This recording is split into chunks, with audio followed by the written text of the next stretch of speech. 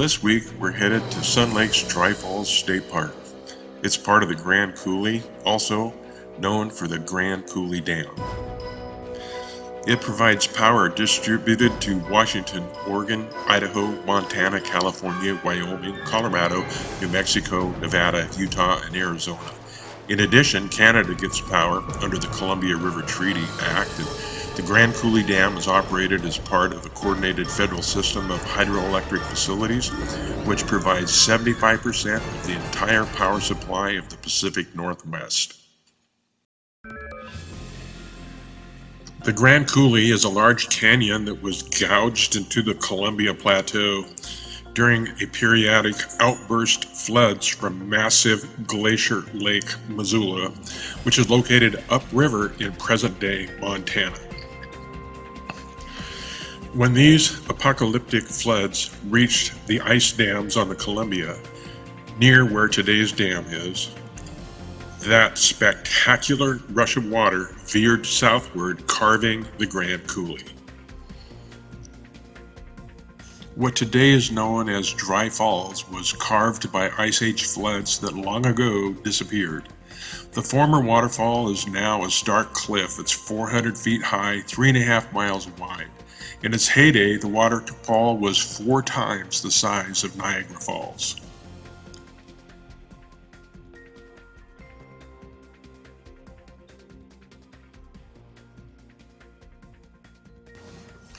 The state purchased land to create the state park from 1933 through 1972.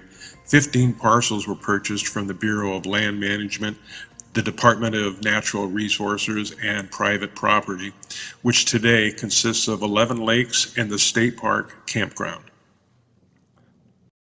Just got an alert on our phone. We're here at Sun Lakes State Park. They said there's an 80-acre fire spreading fast. There's a big wind today, and it's heading our way.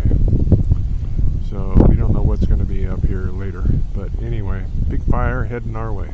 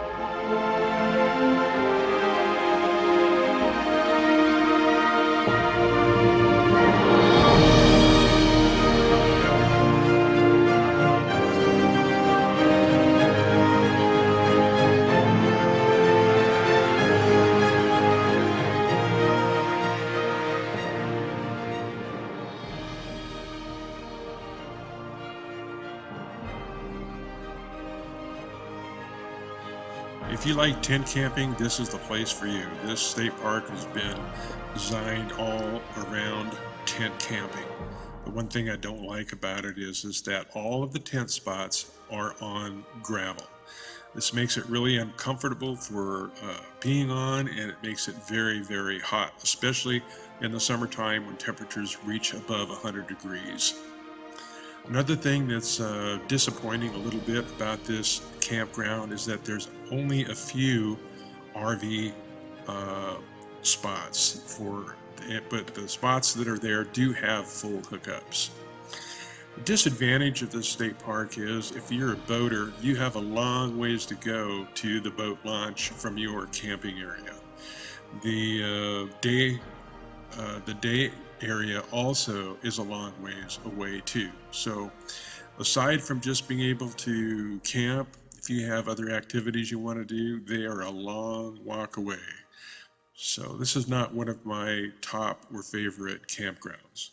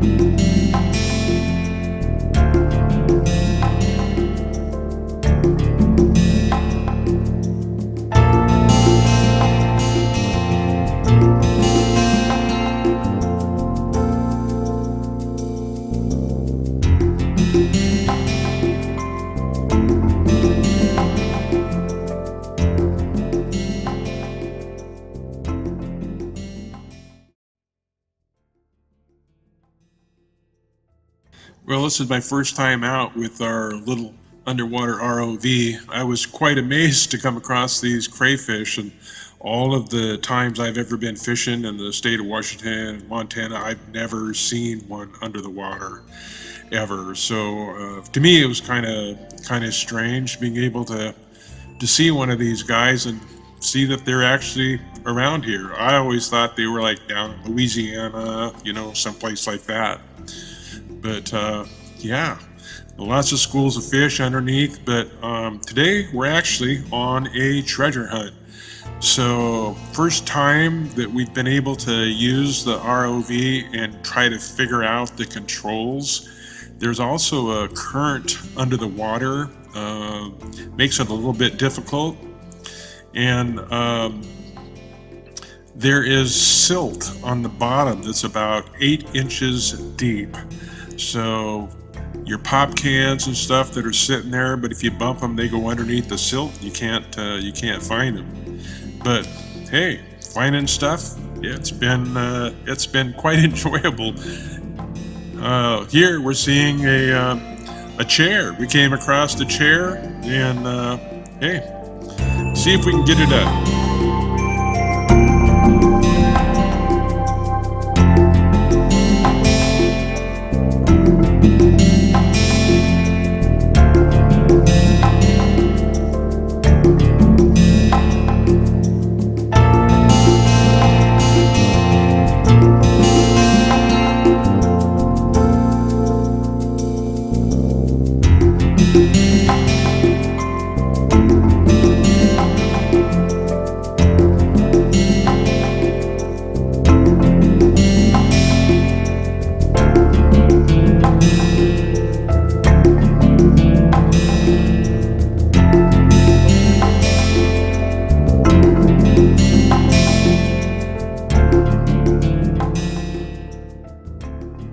Well, and I was swimming around with that ROV around that chair looking for a place to grab onto it. I had no idea that all around that area was fishing line, and apparently that chair had a sweater or something in it, and it just all got tangled inside the motors.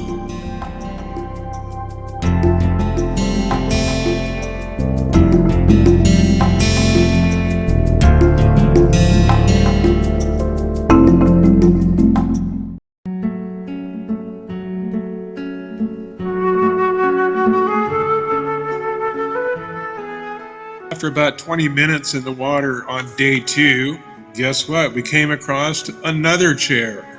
It wasn't very far from the first one, and we were a little bit more careful about swimming around with the ROV, looking first to make sure there was no fishing line or nothing else hung up or tangled on it. It looked okay, and I finally grabbed a hold of it and got it to the top.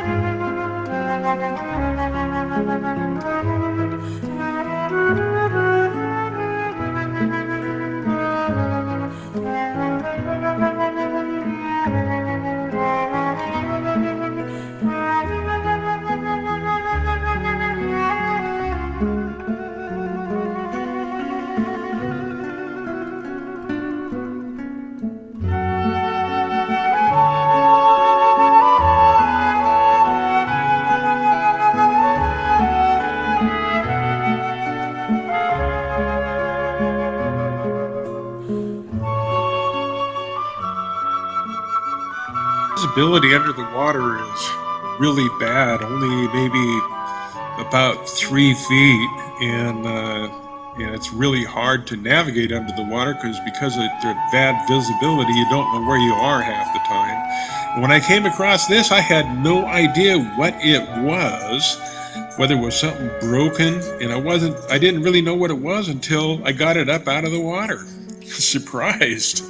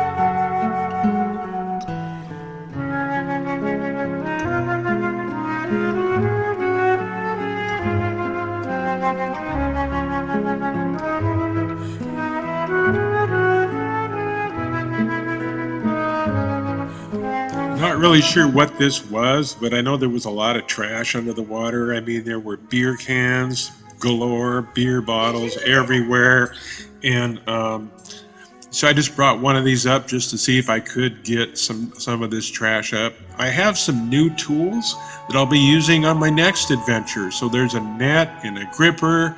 We've got magnets, we've got hooks, we've got a lot of other stuff to retrieve little treasures that are under the water.